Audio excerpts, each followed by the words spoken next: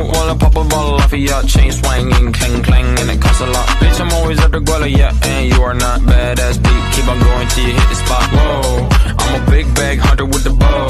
She got a big bed, never drop it low. Mama called me and she. Oke guys, itulah cuplikan biodata saya. Dan pasti kalian bertanya-tanya dong, tugasnya itu apa ya kan? Tugas UASnya apa? Inilah tugas UASnya. Oke, saksikanlah berikut ini. Itulah yang saat ini ku rasakan. Dia membuat tidurku tak nyenyak. Dia membuat makan pun tak enak. Ku terpikat pada kehangatan yang selalu dia berikan. Ku rasa ku sedang dimabuk. Tugas. Oke guys, jadi di dalam tugasnya itu adalah melakukan demonstrasi. Pasti kalian bertanya, demonstrasi itu apa sih? Demonstrasi itu sebuah contoh memberikan bimbingan konseling individu kepada anak berkebutuhan khusus. Sebelumnya saya di sini akan menggunakan anak berkebutuhan khusus yang berjenis tunarungu. Jadi saya menjelaskan sedikit nih. Tunarungu itu adalah seseorang yang mengalami jenis kehilangan kemampuan mendengarnya sehingga menghambat proses pendengarannya pada sehari-hari. Maka dari itu di sini saya belum bisa menggunakan bahasa isyarat. Jadi karena menggunakan bahasa isyarat itu perlu proses dan kemampuan khusus untuk menggunakannya. Di sini saya menggunakan alat bantu tulis yaitu berupa kertas dan pena untuk berkomunikasi dengan anak berkebutuhan khusus yaitu tunarungu. Oke guys, saatnya kita nonton videonya, cuplikannya seperti ini.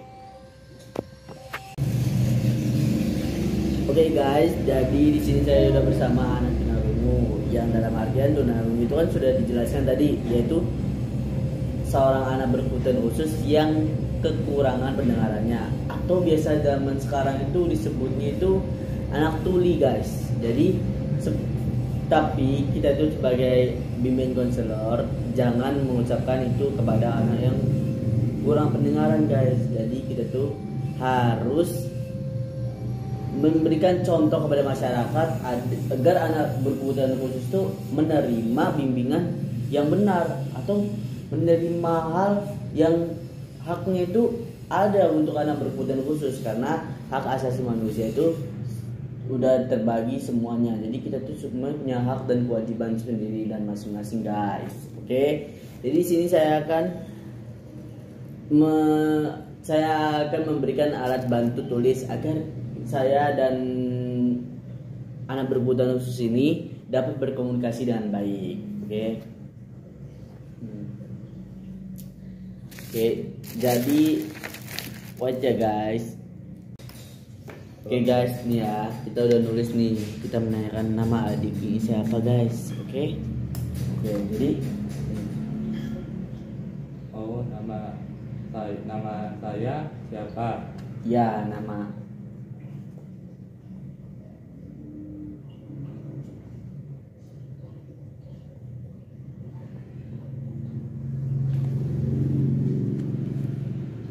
Iya, nama kamu siapa? Nama saya Tono. Oh oke, jadi kita sudah mengetahui nih adik ini bernama Tono. Jadi kan kita harus mengetahui nih asal usul adik ini, kayak dia ini di sekolah gimana gitu kan. Terus bagaimana keadaan di sekolahnya, membaik atau tidak. Tapi kita perlu juga menjaga privasinya dia masing-masing guys. Oke. Pertama itu kita harus mengetahui bagaimana sih cara adik ini memahami dalam pembelajaran di sekolahnya. Oke, kita tulis dulu guys.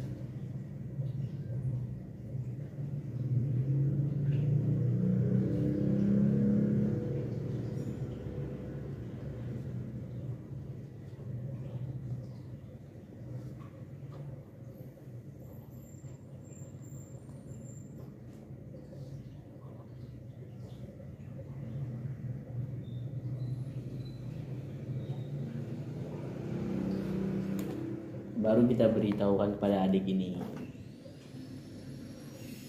Bagaimana cara adik memahami pembelajaran di sekolah?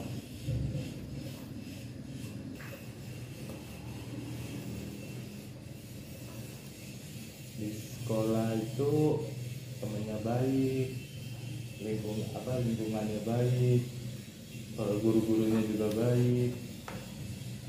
Sudah. Oke, jadi begitu guys.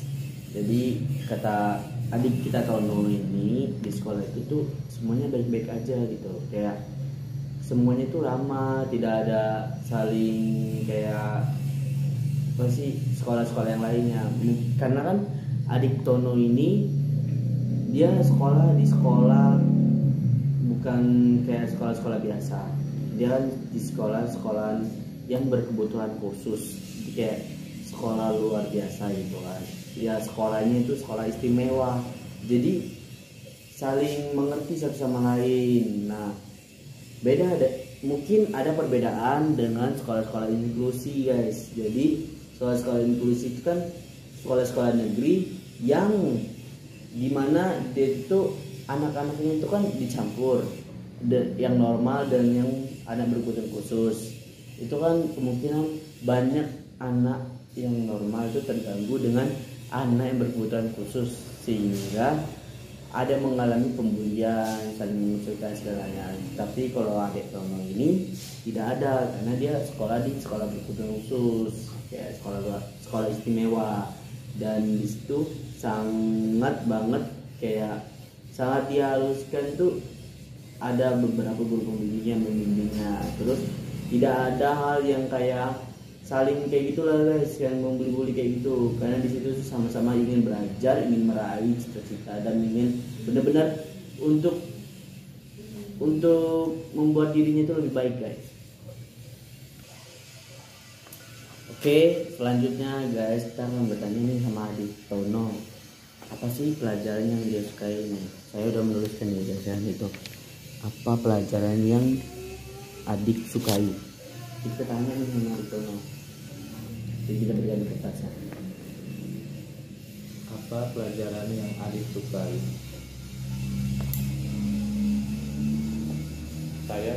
Saya menyukai pelajaran sejarah, karena di situ bisa berolahraga, bisa bermain bersama teman, terus bisa menyehatkan tubuh juga. Oke, jadi itulah jawaban dari adik Tono guys. Jadi adik Tono ini sangat suka banget pelajaran sejarah. Kenapa? Di situ tuh kayak dunia permainan. Bagi anak-anak berkebutuhan khusus itu sangat bagus untuk kayak dunia permainan itu, karena mempermudah pemikiran dia, mempermudah lancarnya hal belajar dia. Seperti ini misalnya guys ya, kan ada bola nih. Misalnya anak berkebutuhan khusus senang bermain bola. Nah, kita cara menghitungnya juga harus pakai bola. Misalnya nih ada bola 1 ditambah bola 2. Jadi coba kita tanya di Tono ya guys ya, bola 1 ditambah bola 2 ada berapa bola. Kita bikin gambar bola.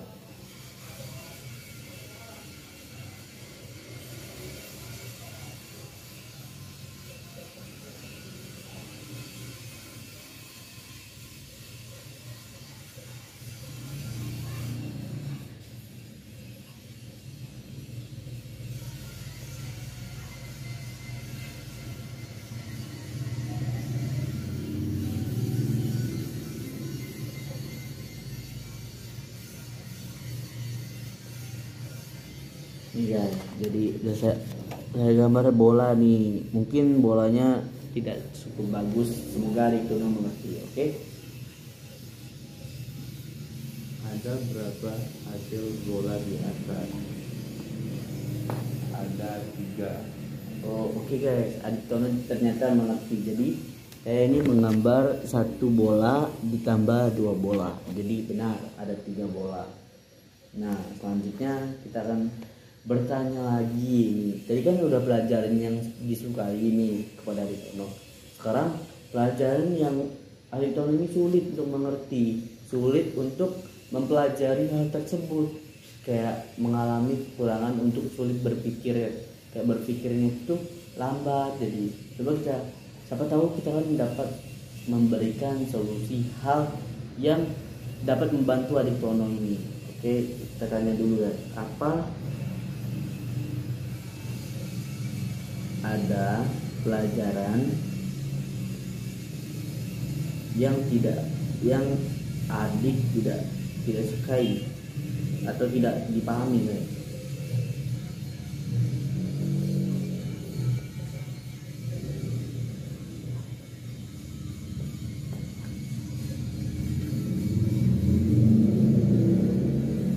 Apa ada pelajaran yang adik tidak pahami? Ada, yaitu pelajaran matematika. Karena matematika itu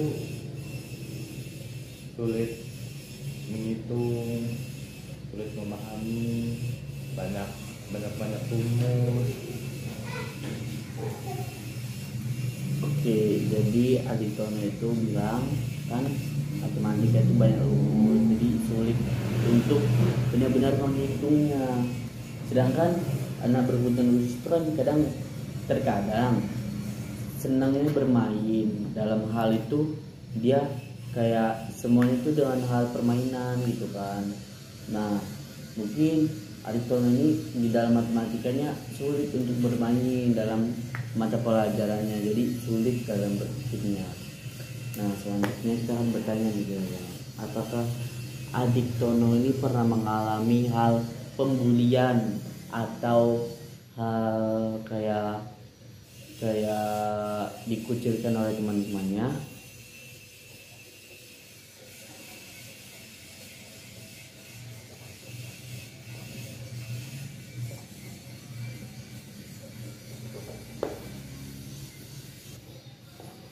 Oke guys, jadi ini ada pertanyaan terakhir yang mungkin kita akan memberikan pertanyaan ini kepada adik Tono.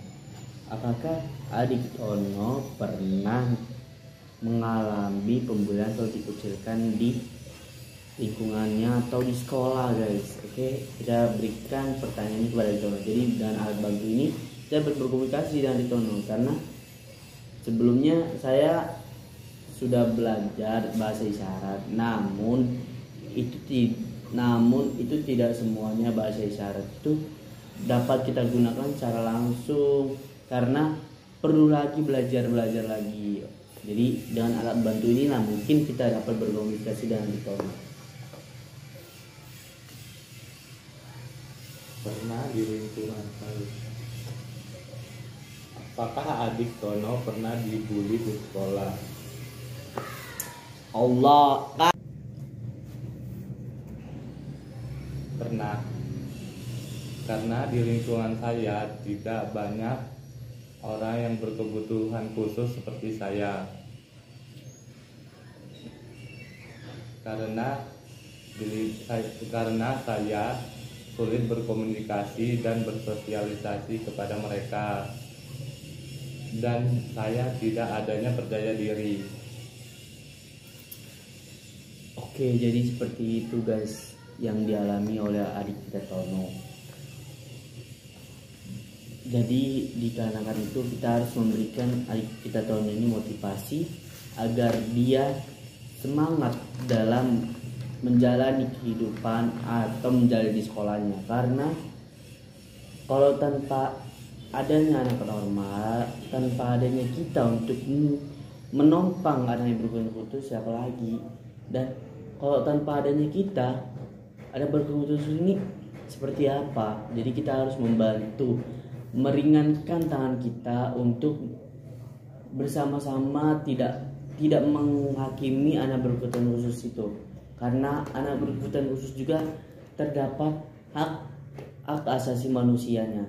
Jadi kita tidak boleh asal kayak menjudge anak berkebutuhan khusus itu, kok kamu gini sih, jangan main-main normal. Jangan seperti itu.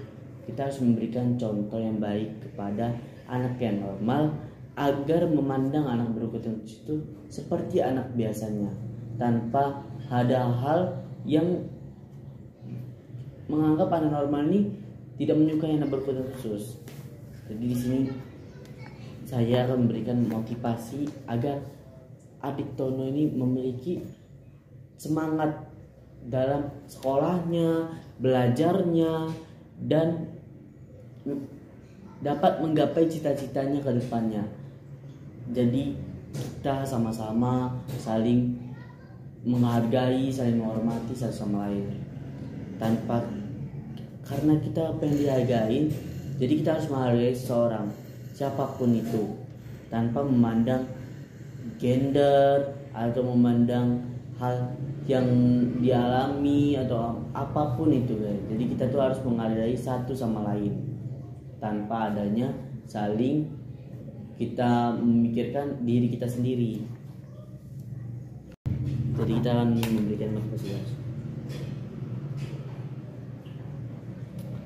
Dan semoga adik Tono ini kedepannya kita bakal bisa ketemu lagi, bisa berbincang, berkomunikasi seperti ini lagi. Karena saling berkomunikasi seperti ini kita dapat tuh, kita memikirkan tuh, oh jadi seperti ini cara anak berkebutuhan khusus itu berkomunikasi tanpa menggunakan bahasa isyarat. Ternyata ada cara lain untuk berkomunikasi untuk anak berkebutuhan khusus. Jadi bukan anak berkebutuhan khusus tidak dapat berkomunikasi, bukan, guys. Jadi kita tuh harus memikirkan juga apa yang dialami oleh dirinya. Baik Kak, saya akan bersemangat dalam menjalani kehidupan saya sehari-hari.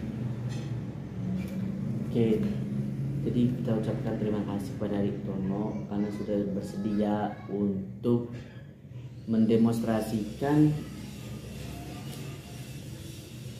konseling individu anak berkebutuhan khusus ini, oke, guys.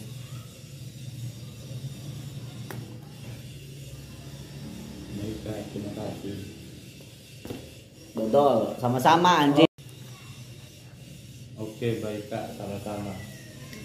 Jadi kita minta tos dulu guys sama adik Tono. Kita saliman lah, kayak contohnya kita tuh kayak teman lah gitu, agar kalau adik Tono ada apapun yang ingin disampaikan atau ingin ada keluhan atau konsultasi bisa sama kita lagi, guys. Oke. Dadah guys.